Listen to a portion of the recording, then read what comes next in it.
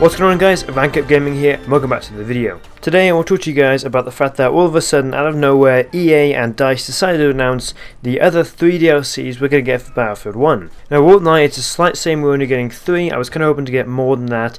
Maybe there will be more and they haven't yet announced, so maybe we'll get a Season 2 and actually get then 4 more DLC along with that. But right now we only know about the other 3, and of course They Shall Not Pass, which is coming out very soon. So without any further ado, I'll get straight into the DLC. I can tell you I'm extremely excited for these. I'm probably the most excited for this DLC, or these DLCs, than any other Battlefield game. Now the first DLC of course is They Shall Not Pass. We know this one is the French army. It's basically out on CTE now, and if you don't have premium you can't play CTE, but as soon as it comes out everybody can play it if you buy the DLC. It's a thing I'm always slightly off about. I wish you could get the guns without having to buy premium, but then again there is a reason why the DLC is around, because it sells and it keeps the game alive. But that's a DLC what we already know is coming. The first DLC, which is brand new, is In the Name of the Tsar. Now, instantly from reading that, you should know that this is the Russian army. The Tsar is basically the Russian king. Now, in terms of what this DLC is going to include, there is a description. The description with all of these will be on screen as I read them out. And in terms of what guns we might get, so far I'm not entirely sure. Russian firearms of the First World War is something I'm not totally sort of adapted on. I don't know a huge amount about them.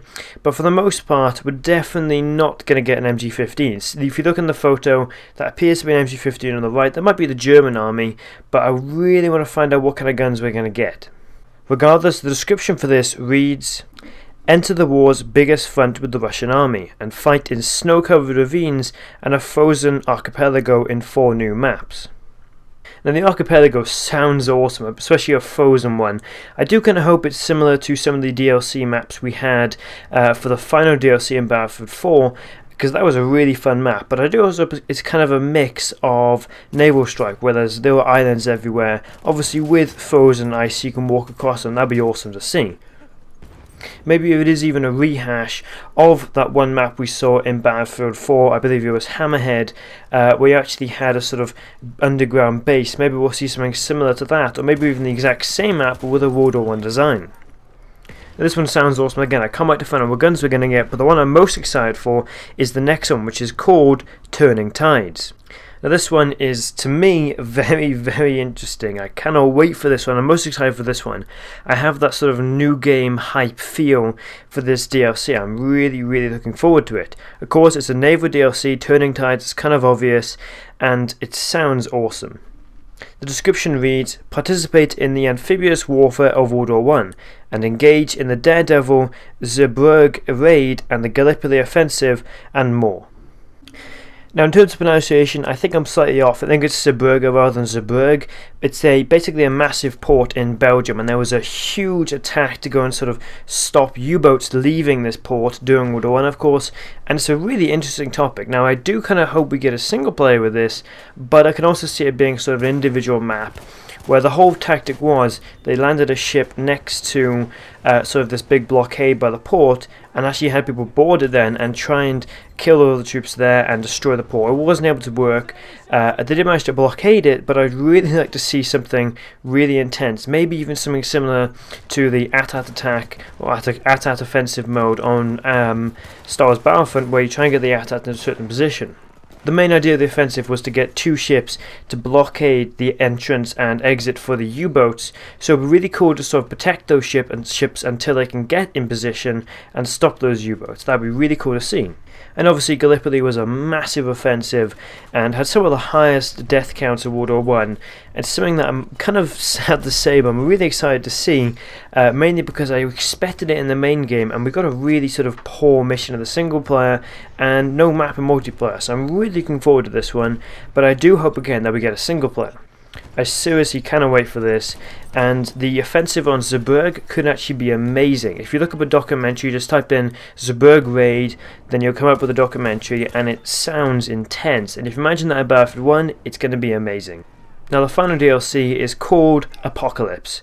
Now Apocalypse was actually one of the rumored names of Battlefield 1 before we found out it was a World War I game and it was Battlefield 1, and honestly it sounds amazing. The description reads, "Go over the top in the most infamous battles of World War One. Conquer bitterly contested grounds with brutal tools and unique weapons." Now, in terms of infamous battles, there is a lot in World War One. There's a Battle of the Somme, Battle of Tannenberg, Battle of Arras. We already have the Battle of, or the Spring Offensive and the 100 Days Offensive, but there's also then Passchendaele and Ypres, and very possibly the Serbian campaign. Now, the Serbian campaign, I say very possibly because it's something that hasn't really ever been covered before, so DICE could do it in sort of a move to bring something new to sort of World War One, and basically go, nobody's covered this before, look, we're finally doing it, and people will then be drawn to that, hopefully. So I really want to get that one, but I don't know how much it's going to happen, mainly because the same reason that it could be popular, not many people know about it. There's also then the Battle of Marne, I believe it is, or the Marnes. There's even more possibilities after that. There's the African campaign, of course.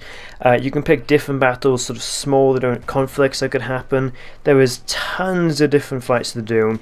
And honestly, with the final line being with brutal tools and unique weapons, I think brutal tools could be things that weren't really used much in the war and were very rare, but were seriously sort of ingenious, that's the word, ingenious, using basic things to make interesting weapons. And in terms of unique weapons, I'm pretty sure we're going to see weapons that were developed in World War I but never really used. So things like the early version of the Thompson could be interesting to see.